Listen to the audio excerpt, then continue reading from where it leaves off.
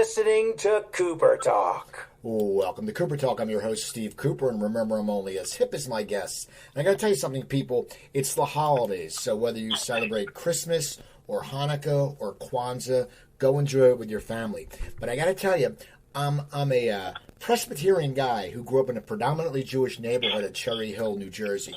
And to this day, I still have to Google Hanukkah. You think after 56 years, saying Happy Hanukkah to my friends, sending them cards, you think I would know how to spell it. But I mix up the N's, I mix up the K's, I don't know if I should put a C on it, I don't know if I should put an H on it. So anyway, but have a good Hanukkah if you're out there celebrating. And have a great Christmas. Anyway, we have a great show today. My gentleman's an extremely talented actor.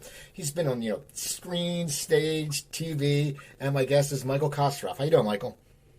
I am good. How are you, Steve? I'm doing well. So now, do you celebrate Hanukkah? I do not celebrate. No, I celebrate Christmas. Okay. Now, do you have a lot of friends who celebrate Hanukkah? I don't. I have a few, but not a lot. Maybe a dozen. Yeah. Now, are you? But everybody spells it differently. In answer to your question. Yeah, isn't that funny? I mean, it's one of those things like Christmas. Some people put Xmas, some people put Christmas, but it's just funny. Right. So I got to ask you, you're a New York guy. You were born in New York, I believe. So I was in New York. I was waiting tables. I was working. I had a job here and there. I had a little movie part, but not much. And I looked at a list. There were like 40, and then how many were shot in New York? And at that, if I'm not working, I'm going to try LA for a while. And I thought I'd go out there for 6 months and check it out. And it's a funny thing about LA, the wheels turn slowly, and because you don't know if the season changes, but before you know it, you've been there a long time. So I was just going to go out there for a 6-month experiment, and I started to connect a little better, and I started to get more auditions. And before I knew it, I'd been there 20 years, and I had a fantastic television career. And after 20 years in LA, I got homesick. I just was like, you know what, it's really time to go be a New Yorker again, because that's the town that makes more sense to me, and I still want to do New York theater, and it was just an experiment that kind of went well. Well, I got to ask you this because I lived in LA for 18 years. But when you first moved out to LA, were you familiar with the area? Did you have friends? And where did you live when you first moved out? Well, my father was living there, so I first lived with him, and that I needed to move on from that as quickly as possible. But I lived in Hollywood, which is not as glamorous as it sounds to those who haven't been there. Just so you know, it's like it's a little seedy, but the rent was cheap, and I needed to be frugal, and I had a great old apartment that was built in the 30s or something. It was just really neat, and moving to LA is culture shock. I mean, it's a topic that's been covered a million times over, but I mean, there are just some linguistic differences. In New York, when I say I'll see you tomorrow at noon at this particular place, I'll be there. And in LA, maybe it happens, maybe it doesn't. People just decide they forget or they get better plans and just don't show up. And I never quite got used to that culture. But the town was good to me. I mean, I started to work and then parlay that into more work, and really grew my career there. Now, but yeah, Hollywood is not Hollywood is not what people imagine it to be. Oh, I know. When I first moved to LA, I lived on Leland Avenue, which was behind right near Highland and Sunset. And it was, I paid $385 for a studio apartment. And it was funny. It was right there. It was like walking distance to a bar called the Powerhouse. And there was Hollywood High School right there. But it was sketchy. Yeah. You didn't want to be out past like 11:30 walking around because you didn't know what would happen. Oh, yeah. I lived on a street. I used to call it Crack Street because, it was just a little tucked away street. And one day, a cop pulled me over. He said, "You know why I stopped you?" I said, "No, why?" He says, "Well, you didn't stop at that stop sign." I said, "Officer, no offense, but in this neighborhood, you don't stop at stop signs because you get suspended on by drug dealers." And he said, "Yeah, I got no problem with that. Have a good night." He couldn't argue with me. Now, Now, when you were in L.A. in the early part of your career, what kind of roles were you getting auditioned for? What were you getting called? Were you a certain type? What were they looking for? Well, I've always been a character guy, and I think that's also why I didn't really work till I was in my 30s or so, because I was playing a cop or a lawyer or a grouchy neighbor, and that's my bread and butter. That's where I live. So, when I was in my 20s and was skinny and had all my hair, nobody knew what to do with me.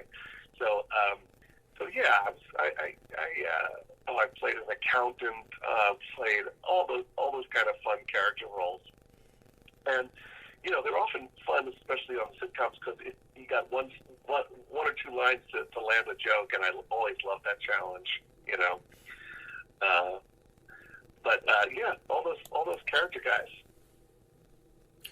Now, as you were acting at that time, were you getting also pilots? Because it seems like back in the day, they were just giving pilots out all the time, and pilots would go and they wouldn't be picked up. I mean, I know people who have done so many pilots that have never been picked up. Were you in any pilots back then? No, that wasn't my particular trajectory. What I've learned is that it's the young, pretty people that go out for lots of pilots in the 20s. I didn't have a lot of pilot auditions. I would work a lot more during episodic season, which is typically in the fall, where they have all kinds of guest stars. And I would be the criminal of the week, or the lawyer of the week, or the funny, quirky character of the week. And that's really where and still I think that's where I tend to work the most is, now it's just almost wall-to-wall lawyers. I've played a lawyer on almost every show that has them, and that's typically when I work the most. Pilot season is a little slower for me because, as I say, the main core characters are usually a different type than I am. They're usually young, pretty folk. Now, being a character actor, like something with King of Queens, you were on, once again, you were on once a season. Do you know they're going to be calling you back, or is it just something that you go in, you do it, and you think maybe they'll call me back? In that case, it was a surprise, but a lot of the roles I do, I know going in that it's going to be recurring. I don't know exactly when, so it works both ways. Like Law and Order, for example. Law and Order called me back for another episode like every 6 months to a year, and I just happen to really get along with the team there, and they really like me. So that's always a surprise. But for example, the Blacklist, I had a recurring role on the Blacklist, and I knew it was going to be a chunk of episodes. I just didn't know when they were going to come up. So, sometimes there's some schedule coordination that has to happen. And sometimes I'm not available when they need me, and they need to reschedule their episodes.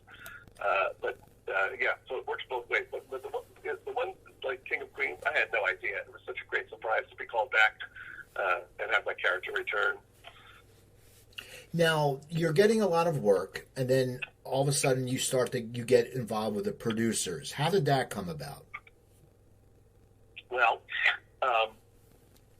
ironically and counterintuitively, as so many things are, I was in New York all those years wanting to be in a big Broadway show, and nothing ever happened. And I was in L.A., and my manager there said, they want to see you for the producers in New York. And I was like, okay. So I flew in, and really thought, well, there's no way this is going to happen. I'm auditioning against guys who've been making their living on Broadway. So, much to my surprise, they called me back and ended up casting me, and that was really kind of a dream come true job, because I was touring the country in the first national tour of the producers, and I was in the ensemble playing 12 roles at night and understudying Max Bialystock as well as Roger Dupree, two hilarious roles. And I've gone on to do, I think, 7 productions of that show since, playing Max Bialystock, which is one of the most demanding roles in musical theater. So, it was, I always enjoy the things in our business that make no sense. It made no sense that I was working as an LA TV actor, and all of a sudden, this came up for me. But, all of a sudden I was on the road. Now, when you're an understudy, Yeah. When do you know when you're going to perform? And and if you don't, like let's say you played 12, you understudied, and you also played 12 different characters. Well, what happens if you have to step up and play Max? Who picks up the slack for all the characters that you play?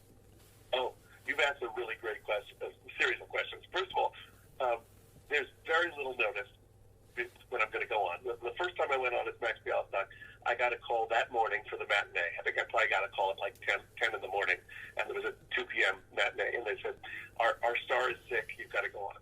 So they really rehearse you meticulously so that you're ready to just, load up and go, which is not to say it isn't terrifying. But now I get to tell you about swings, and these are some of the unsung heroes of musical theater. So a show like The Producers, we had 5 people that were called swings, and swings know every ensemble track in the show. The guys learn all the male ensemble tracks. The women learn all the female ensemble tracks in the show. So that when I stepped into the lead, there was a guy who suited up. He has a set of costumes that looked just like mine, and he played all my parts. It was amazing. And the weirdest thing was to be on stage playing Max Bialystock and turn and see somebody else in my costumes. It's just bizarre.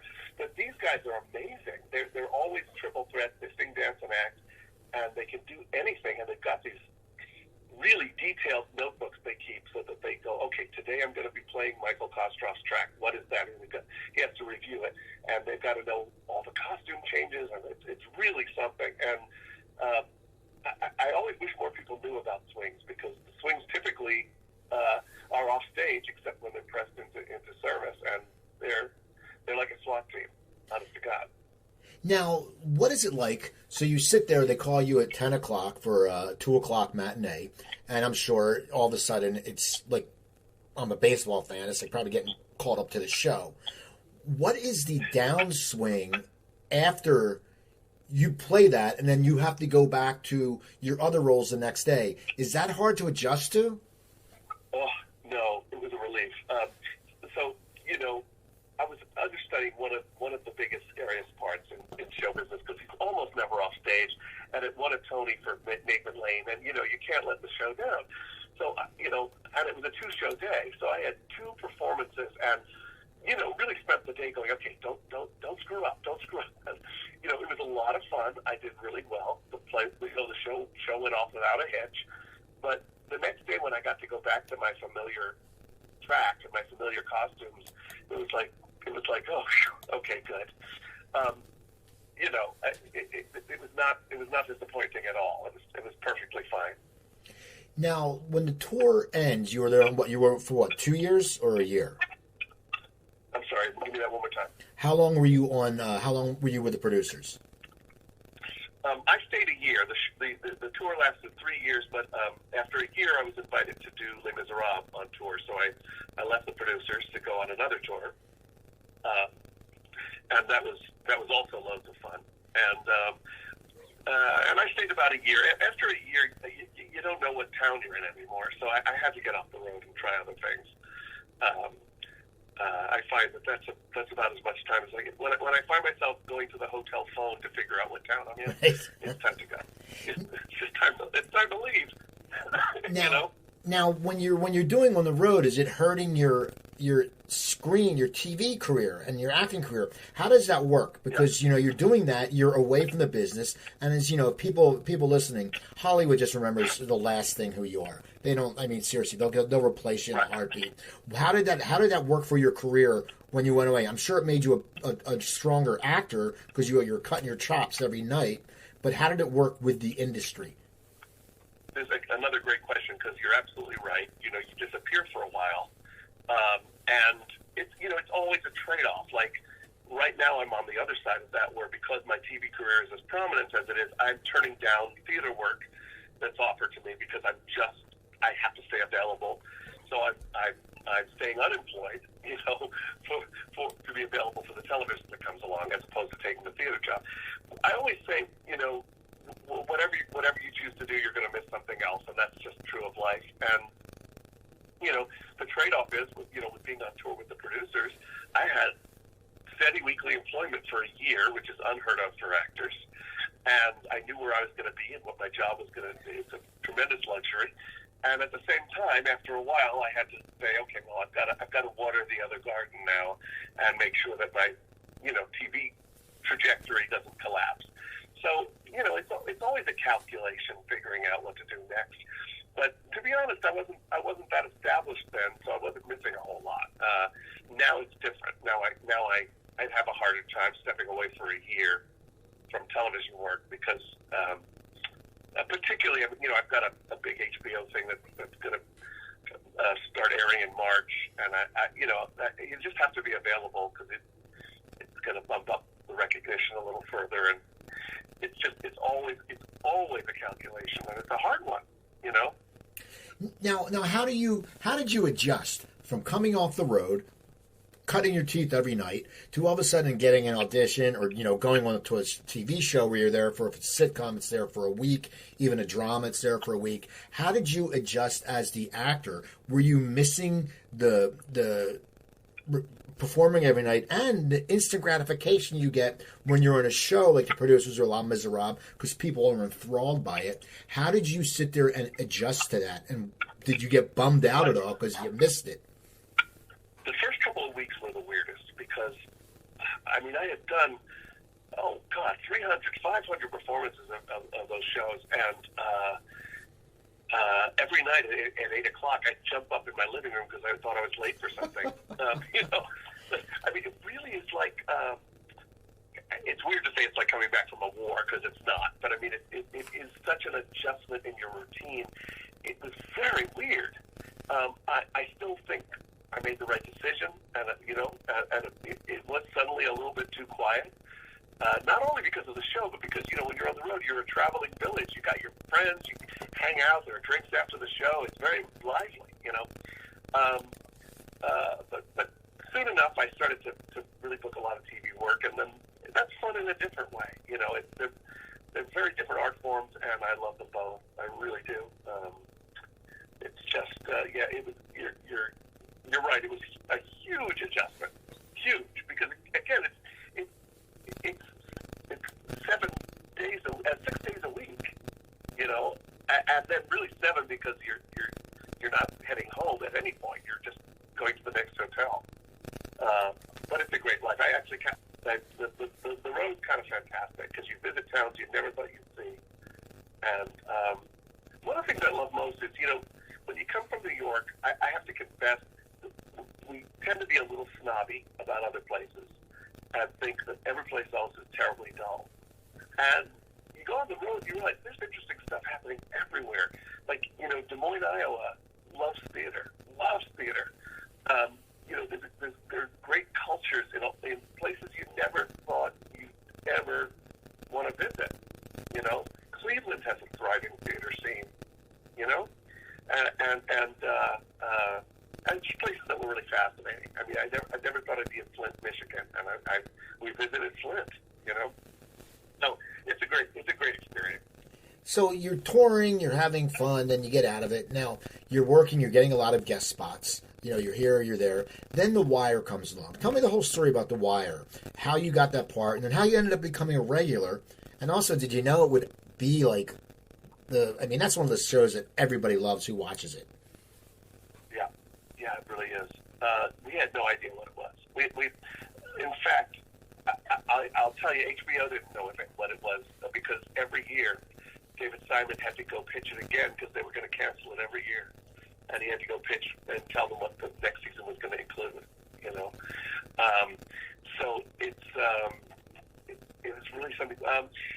So The Wire, it was an interesting thing because my project, but we don't really believe in doing special favors. So she called me up. She said, "I think there's a part on this I think you'd be right for. Do you want to come audition for it?" I said, "Of course." So I went and auditioned for this role that my sister thought I would be right for, and I didn't get it. And then David Simon, who is the creator and writer of the show, looked at my audition on video and said, "Let's bring him in for this other part, Levy." So I said, "Great." I went in. I got the second part that I auditioned for that David thought I'd be right for. Now, that part was only supposed to be 2 episodes, and they just kept writing me in. but it was still, again, what we discussed earlier, it was a recurring role. I knew I'd be on it several times. I just didn't know how much or when. And they'd call me up and say, are you available this week? Because, in 2 weeks from now, can come to Baltimore and film, and I would. And then the last season, they decided to make him a series regular because he was crucial to the story. And part of the reason they do that is so they could lock down my time and know that I was not going to, they weren't going to have to worry about whether or not I was going to be available for certain episodes. So they wanted to make sure that I was available for the season. And it was kind of cool because it was supposed to be this little 2-episode role, and it ended up being a very important part of the plot. And I loved it because it was, the character was just an awful human being, so different from me, and it was a lot of fun playing such a jerk, for 5 seasons. And then, of course, the show became legendary, and I had no idea it was going to be that, but it is a fantastic, just great storytelling, great characters. Now, what's it like? What's it like when you go from being, recurring, and most of your career, as you said, you had, on an episode maybe you recur. What's it like when all of a sudden you're a series regular? Is there a different feel? Is there a confidence going, you know what? I don't have to worry. It's sort of like when you're in theater. You don't have to worry about working for that amount of time. Does it take a lot off your mind as an actor and make you be able to concentrate more on your part? It really does. I mean, I think, again, that's why it's structured that way, because it gave me all the time that I needed to learn the scripts, which were, now a lot more lines. But it does another thing. I mean, actors typically, just contrary to what most people think, we typically think we suck. Most actors think we're pretty mediocre and that we're faking it. And, you get a series regular, and you start to think maybe you might be an okay actor. You start to buy it a little bit. I was barely at the point where I'm thinking, maybe I'm okay, maybe I'm all right. So, it helps you think maybe you picked the right career. And I got to say, when you see your name in the opening credits, it's kind of, it's encouraging. I guess that's the best way I would describe it. It's really encouraging. Now, as an actor and as a person, what's it like being part of an iconic series when you encounter people? And you probably see people who know your character, and since your character was a jerk, they probably think you're a jerk. But what is it like once you get that kind of role that the people who watch The Wire love The Wire? It's very interesting because I get recognized fairly often on the street of New York, or actually wherever I go. I got recognized in Paris, and at first I used to get a little mad because people would stare at me, and I was like, what's their problem? Why are they staring at me? It didn't occur to me because I don't feel different. And it took me a while to catch my wife started saying, yeah, they recognize you from TV.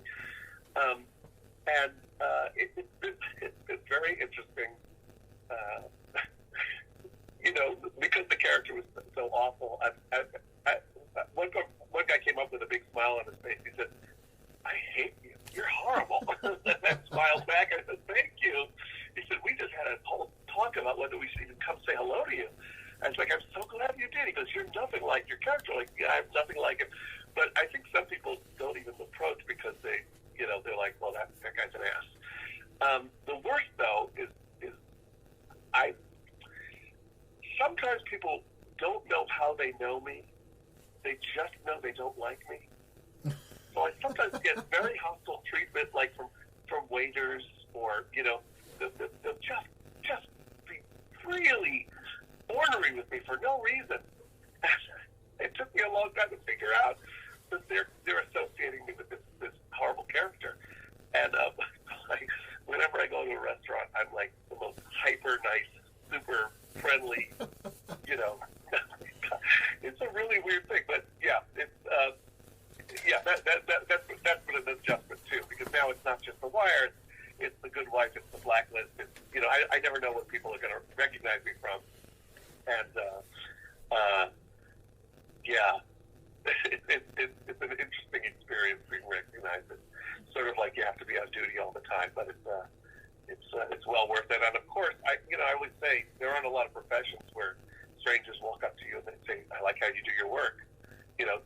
dentists don't get that. Right. So And I'm pretty grateful. everybody hates dentists, so it's Yeah.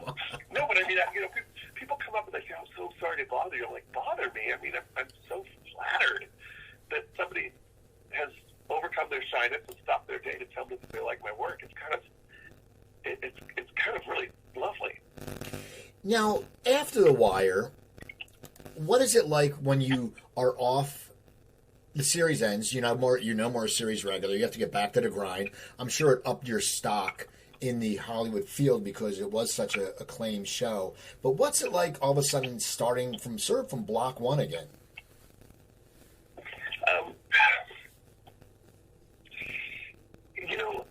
I think I have a different philosophy about this whole thing than a lot of actors. I have zero sense of entitlement and very low expectations, which have served me well. So every gig is a wonderful surprise. I don't feel like anything has gone wrong whenever I have to go back to unemployment, to being unemployed. That's the norm. And I see actors really get upset and frustrated about it, but really it's such a given in our profession that I think if you can't make peace with that unpredictability, you're just in the wrong job. So I don't get very freaked out about it. I also, I coach and I teach classes, and that keeps me connected with my work. And it's usually not long before something else comes along. So I'm past the point of worrying about things anymore. But it's, I always say if I were as mentally healthy about the rest of my life as I am about my career, I'd be a really well-adjusted guy, because I just kind of, I really come to love the in-between times when I don't know what's next, because it could be anything. I could be doing another musical. I could be, being another series regular on a TV show. I could be doing another HBO miniseries. I just don't know. And I find the unknown a lot more exciting than I used to, Now, you said about coaching. I know your website is Audition Psych 101. It says in the intro that you're formerly the world's worst auditioner. What made you so bad? Okay. I was very, very shy, and I had real anxiety about presenting myself in any way. Like, walking into a store and asking for something was miserably uncomfortable for me. I didn't want to be noticed. I didn't want anyone to talk to me. I was very shy. I felt really socially awkward, didn't make friends easily. So this is not the kind of person for whom auditioning comes naturally, and auditioning was so fraught for me that I couldn't remember what happened in the room. It was like a blackout because the terror was so great. And over the years, I really have picked apart what's going on for me and gotten a much better understanding of some of the places where my thinking was off, and I was making it a lot more terrifying than it needed to be. And before I knew it, I had come to love auditioning, and I'd come to love coming in and presenting myself, coming in and singing a song or playing a scene, just for the fact that day I got to do what I love to do, as opposed to being focused on the results, which we can't control. And a friend sort of drafted me into teaching this class that I really didn't know. I really didn't realize that I had developed this body of knowledge, or this working theory of auditioning. And she said, "Of course you have." And I started teaching it, and it's been so beneficial to actors, and they've been so appreciative, and they tell me that it really has changed their approach.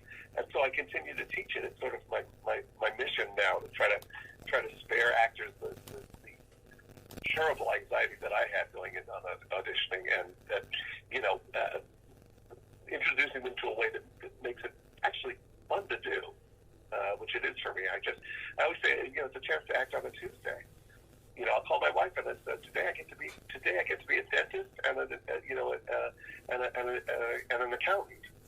Today I get to be a murderer and a cop. I've got these little appointments around town where I get to do these different gigs, and it's kind of fantastic. Now, when you've been teaching, has there been any students that you just really noticed a gigantic difference? I'm sure everyone's going to get better with because you're a skilled, trained actor who's had a lot of success, and they're going to learn from you. But have you had any students that just you went like, holy crap, this person went from being a mouse to a lion? Yeah, well, I find that out mostly from emails because people will keep me posted on their progress. It's especially interesting, the class is a one-night class. It's just 4 hours, and it's mostly conversation. But what's really interesting is when they go on their next audition after class and the next one after that, and they start to work on how they approach those things mentally. And, I never claim that my class is going to enable people to get work because I think that's the wrong focus. But that's kind of what happens. I start to get emails from people going, I've put more in the last 2 months than I have in the last 5 years. And, that's what's mind-boggling to me is, yes, there have been people who had tremendous issues like mine, or even not. I mean, a lot of actors just hate auditioning and don't feel that they can do their best work in an audition. And getting those emails is it's like Christmas every time. I can't even believe it. That I'm able to be the facilitator of that. It's really humbling, I got to tell you. Now, do you ever think that they are going out and having more confidence because you believe in them? Because, in this business, it's, as I said, it's not like people believe in people all the time. I'm sorry, I need you to repeat that one. I said, do you think that some of them get the work because you believe in them? And in this business, it's so hard to have someone believe in you. No, I don't think that's it. I mean, the core of one of the core principles in my teaching is that anytime we go to an audition trying to get a job, we've given ourselves a nerve-wracking, impossible task because there are so many variables and it's so subjective that here we are trying to defuse a bomb, and so of course we're anxious. And when we get refocused on what we know how to do, which is, okay, like I always say, if I have an audition and I'm playing a doctor, I got to go in that room and tell the patient what's in the chart. That's what I know how to do as an actor. I know how to replicate human behavior. I don't know how to get picked. I don't know how to be the best choice. I don't know how to, try to intuit what they want. And that is the part that's the most nerve-wracking more, is that they're not going to an audition trying to get a job. They're going to an audition trying to do good acting work, trying to play the scene well. And I always say this is the only time you're going to play it. You're probably not getting this job. Most of the time you don't. We're completely focused on the wrong outcome. So if I'm only going to play this part once, I just want to have a hell of a time playing the part today. That's it. Now, I want to go back to your career. What was it like working on Law & Order? Because it's such a well-oiled machine because it's been around for so long. Yeah. Law & Order, it's one of my favorite places to work. I think the main reason is because of Mariska Hargitay, who is, after all those years of doing the show, still such a great leader. I'm not being paid to say this. I just happen to really adore this woman. She's still really doing the acting work. She's never phoning it in. And also the part that people don't know is she's one of the funniest people I've ever met. You would never guess it from the show. She's hilarious. So because I've been on the show a number of times and she and I really have a rapport, she'll just try to mess me up and we'll crack up. And she's just so fun to work with. And I think what keeps it from being a machine is that she is really specifically invested in every episode. She makes sure to meet every guest star and have a conversation with them. Well, not even the guest stars. If there's a visitor on the set, she's like, who's this? I want to meet this person. So I think it, when they say it comes down from the top, it really does. She sets an atmosphere on that show. And I think that's why it's still on. It's still good, It is. I mean, they still keep it going. Me and my wife watch it, and it's something that you think, it's getting old. And then the series, every season, they still hold their own. It's a great show, and I just can't say enough about her. She's delightful to work with. Now, and I've seen her work with actors who are, sometimes there's somebody in a small role who's maybe not particularly good, and she coaches. I mean, she without ever making them feel like less than. She's like, let's work on this scene. I want to see what else we can do here. And she's really, she's great. She's a great person. Now, earlier in the interview, you know, sometimes you said as actors don't feel, you said you're finally feeling like you have some talent. But now you look, you worked on. I said maybe. Yeah, well, maybe, but you worked on the Blacklist. You worked on Good Wife. Tell me about those series, because you know they're both very popular. They both have big followings.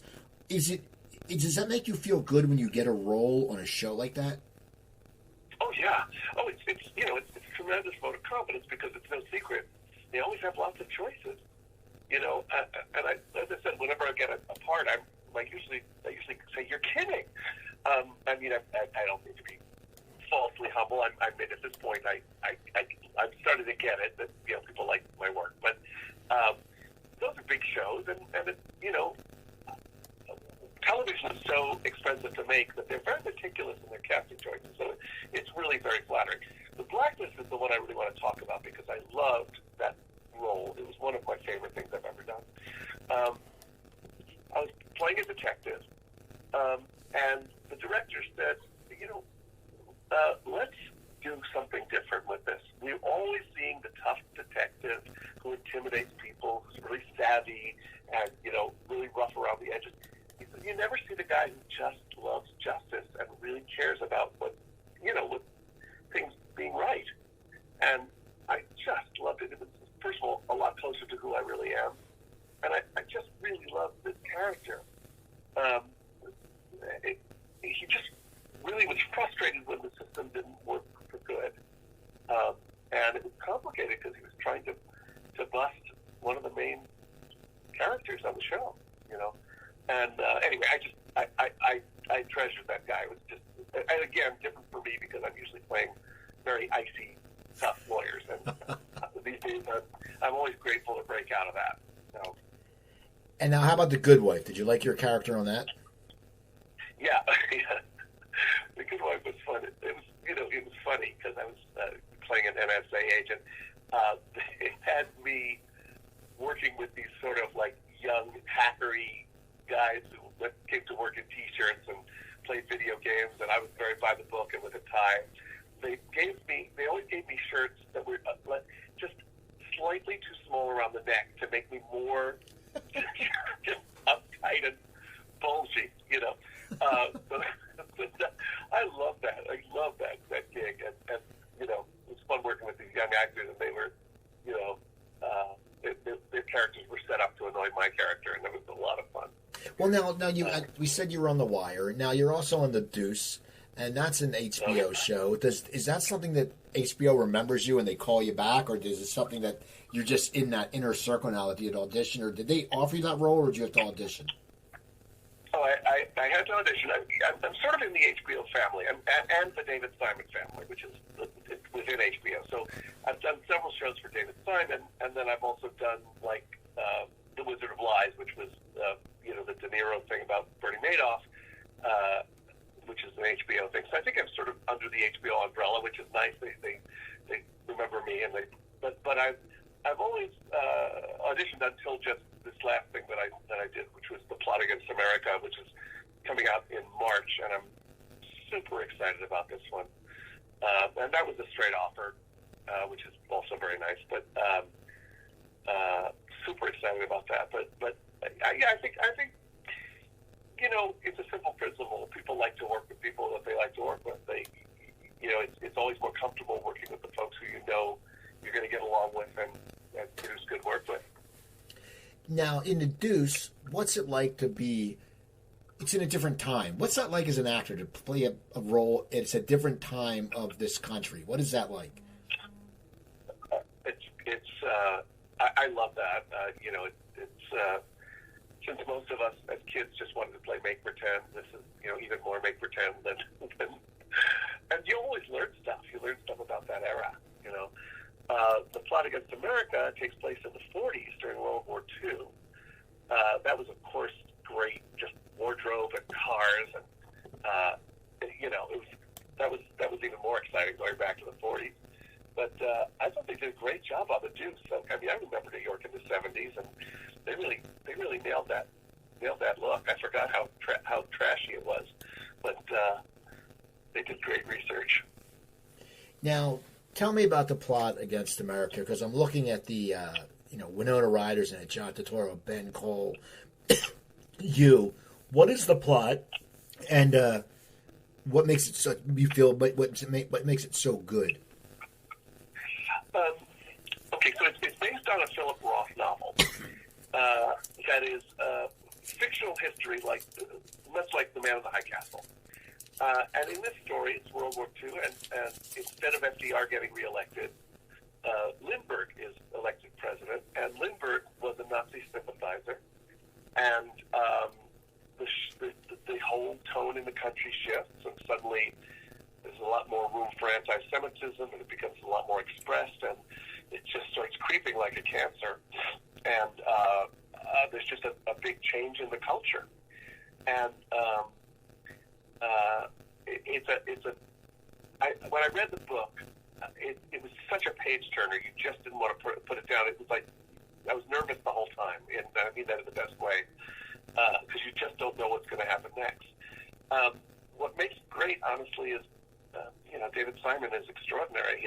David Simon is just such an extraordinary writer, and the way he's taken it from the novel, which was from one character's perspective, to HBO, where it's from several characters' perspectives, is completely engrossing. And of course, the look of it, the art direction, the costume design, they really squarely placed it in Newark, New Jersey in the 40s, and it's great. It's a six-parter, and I'm so itchy for it to come out. It airs, I believe it's March 16th. I think it's the premiere. Is the debut. Now, and I was going to say, now you said it takes place in the 40s. You did the 70s. You did Whenever the Producers Take Place.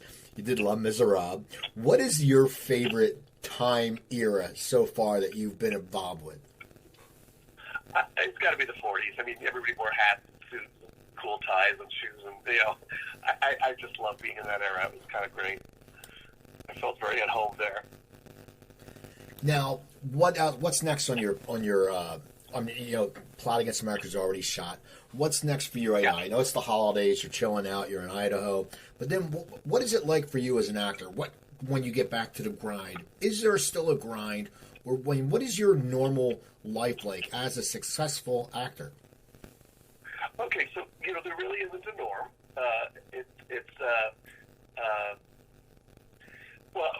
What's next is I'm going to Cleveland to do Clue, which I'm super excited about. It's going to be really funny. I've got lots of friends in the cast, and I'll be in Cleveland until I guess mid-February doing Clue. They have hopes for it to come to Broadway, so I have those hopes as well. But so I get to go away, get my theater fixed before things really heat up, and then it's pilot season, which means I'm sitting around and my agent is looking for pilot offers and opportunities for me. And it's it's what I call the familiar unknown, which I think a lot of outsiders go, my God, how can you live like that? And now it is entirely my norm. I don't know what auditions will come up. I don't know what gigs are going to come up. I just know that this next period after Clue is one during which I really just have to sit and do my classes and my coaching, whatever else I socialize. But really, I have to. It's a time when I just have to be available. Now, we've actually turned down several theater jobs that would have been in March because it's not a time when I can be out of town. Now, who are you playing in Clue? I'm playing Professor Plum. Okay. That was played by Christopher Lloyd in the movie. And who else is in it? The people I know who are friends of mine is a guy named John Tracy Egan, who's done umpteen Broadway shows. He's absolutely hilarious. We've worked together. I think it's got to be 5 shows now. Mark Price is another guy, a similar guy. He's done a bunch of Broadway shows. We keep working together. A woman named Donna English, really, really funny. And a woman from a Kathy Fitzgerald, who was in the original production of The Producers. And we get to work together for the first time. I'm excited about her. So the rest of the people I don't know. They're future friends. Well, that's awesome, man. You know what? I want to. Go ahead. No, go ahead. Go ahead. Well, it's being directed by Casey Hushen, who's a director I've wanted to work with for a long time, who was a protege of Casey Nicolau, who is a multiple Tony-winning director choreographer on Broadway. So that's another part of it that's kind of exciting. Well, yeah, I want to thank you for taking the time today, Michael. It was great talking to you. You've had quite the great career. I mean, you sit there and you look back and just you must look at your resume of work and say, you've worked on some killer shows. Some people are wishing for one great show. You've been part of so many great shows. How does that make you feel when you sit there and actually look at your resume? Just really, honest to God, incredibly lucky. I think I'm still surprised. I just feel really lucky. I always think it's gold in this life to love your job. Not everybody loves their job. I love my job, and to get to do what I do for a living is pretty phenomenal. And then there are weird things like a couple of last month I got flown to Puerto Rico for a one-day shoot. I'm like, who has this life? Right. It's kind of amazing. So yeah, I'm honestly really grateful. I'm really grateful that I get to do what I do for a living. Well, I want to thank you. And now, can people book with you from Audition Psych 101? Yes, of course. You're talking about like for coaching and things? Yes, because I saw your website. I want to make sure your website's up to date because sometimes people have a website and they haven't messed with it for a while, and then people can't get in touch. But so the website is working. Yeah, the website works. I don't do a lot of social media, but I'm there, so I'm findable. Okay, well, people find him.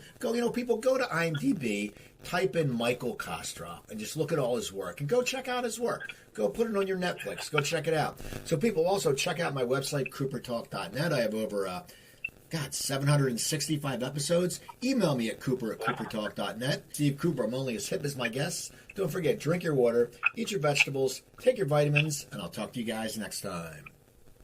Thank you.